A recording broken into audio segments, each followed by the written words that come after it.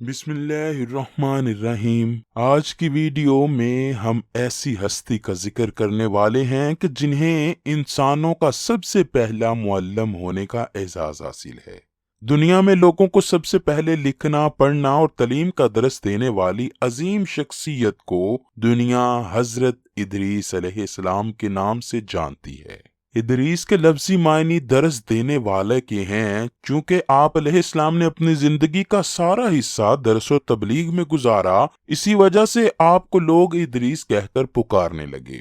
حضرت ادریس علیہ السلام وہ پہلے انسان ہیں جنہیں علم و نجوم اور حساب بطور معجزہ عطا کیے گئے۔ حضرت ادریس علیہ السلام حضرت شیس علیہ السلام کی 5ویں پشت میں سے تھے۔ آپ کا شجرہ نسب کچھ یوں ہے: ادریس بن یاد بن مہلائل بن کینن بن اینوش بن شیس بن آدم علیہ السلام۔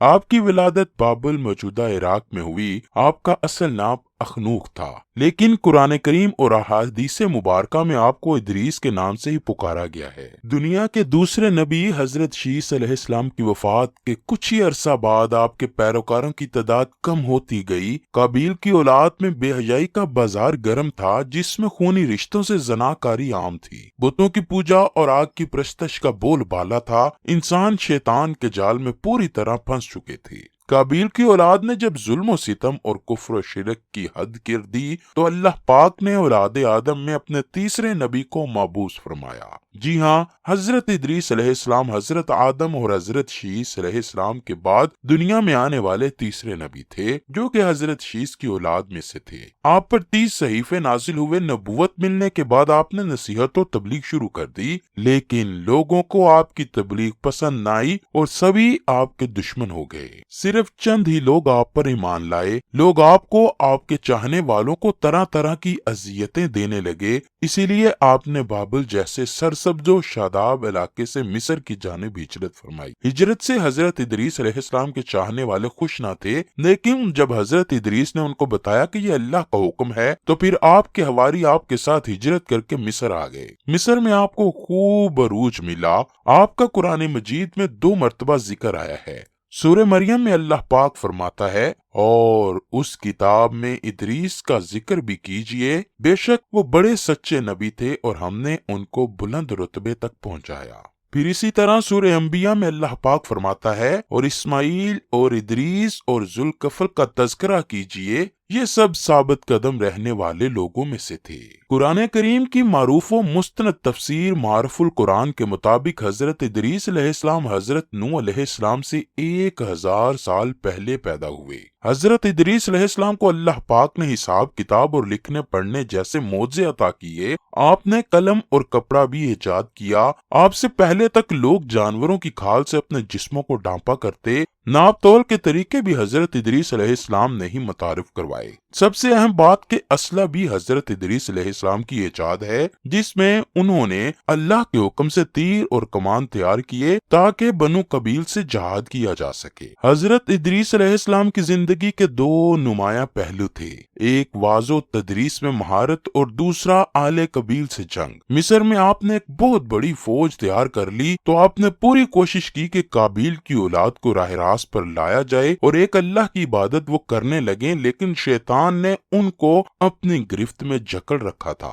جب آپ ان سے اللہ کی وحدانیت کی بات کرتے اور ایک اللہ کی عبادت کی نصیحت کرتے، برائیوں کو چھوڑنے کی تلقین کرتے، تو یہ باتیں ان لوگوں کو بڑی ناگوار گزرتی۔ اسی طرح دنیا واضح طور پر 2 حصوں میں تقسیم ہو چکی تھی، اولاد قابیل جو کہ شیطان کے پیروکار تھے، اور دوسری طرف حضرت ادریس علیہ السلام پر ایمان لانے والے۔ پھر حضرت ادریس نے اللہ کے حکم سے اہل قبیل سے جہاد کیا۔ یہی سب سے پہلا جہاد اور جنگ تھی۔ جنگ میں اللہ پاک نے حضرت ادریس علیہ السلام کو فتح نصیب فرمائی۔ بہت سے لوگ مارے گئے اور بہت زیادہ لوگ حضرت ادریس علیہ السلام پر ایمان لے آئے۔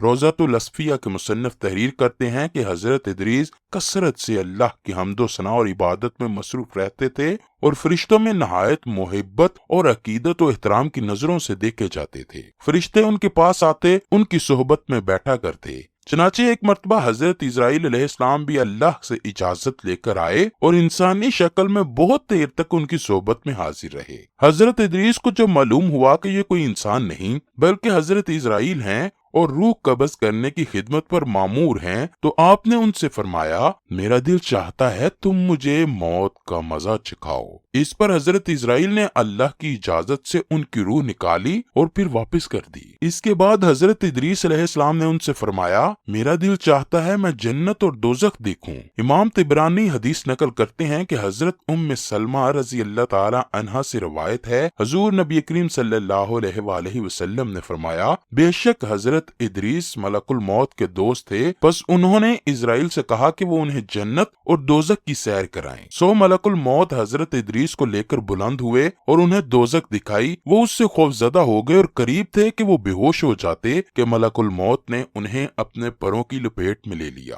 ملک الموت نے کہا کیا آپ نے اسے دیکھا نہیں؟ انہوں نے فرمایا کیوں نہیں، میں نے کبھی آج جیسا دن نہیں دیکھا۔ پھر وہ انہیں لے کر چلا یہاں تک کہ اس نے حضرت ادریس علیہ السلام کو جنت دکھائی، وہ اس میں داخل ہو گئے۔ پھر ملک الموت نے کہا اب آگے چلیے، آپ نے اسے دیکھ لیا۔ حضرت ادریس کہنے لگے کہاں جانا ہے؟ ملک الموت نے کہا جہاں آپ تھے، یعنی واپس دنیا میں۔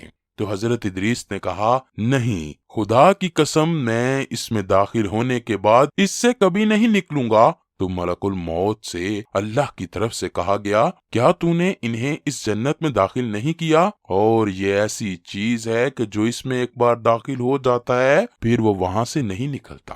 اس حدیث کی تفسیر میں علامہ ابن کثیر لکھتے ہیں کہ حضرت ادریس نے جنت سے واپس جانے سے انکار کر دیا تو اللہ پاک نے ایک فرشتہ مقرر کیا جو ان دونوں کے درمیان فیصلہ کرے۔ پہلے حضرت اسرائیل نے اس فرشتے کو پوری صورتحال بتائی، پھر حضرت ادریس کہنے لگے میں اللہ پاک کے قانون کے مطابق موت کا مزہ چکھنے کے بعد ہی جنت میں آیا ہوں، اب یہاں سے نہیں جاؤں گا۔ حضرت کعب بن احبار کی روایت ہے کہ فرشتے نے اللہ کے حکم سے فیصلہ کیا اچھا تو آپ یعنی حضرت ادریس چھٹے آسمان پر رہیے اور فرشتوں کے ساتھ عبادت کیجیے۔ چنانچہ حضرت ادریس علیہ السلام چھٹے آسمان پر فرشتوں کے ساتھ عبادت میں مشغول رہتے ہیں۔ اس سلسلے میں متفقہ علیہ حدیث یہ ہے کہ حضرت ادریس چوتھے آسمان پر ہیں۔ مجاہد اور دیگر بہت سے علماء کرام کا یہی قول ہے۔ حضرت ظاہری نے بھی حضرت انس سے مروی معراج کی حدیث نقل کی ہے کہ جب نبی کریم معراج کی رات چوتھے آسمان پر پہنچے تو وہاں آپ کی ملاقات حضرت ادریس سے ہوئی، جنہوں نے حضور کو دیکھ کر فرمایا مرحبا صالح بھائی اور صالح نبی۔ کثیر تعداد میں روایات یہی ہیں کہ حضرت ادریس علیہ السلام کی روح مبارک چوتھے آسمان پر قبض کی گئی تھی۔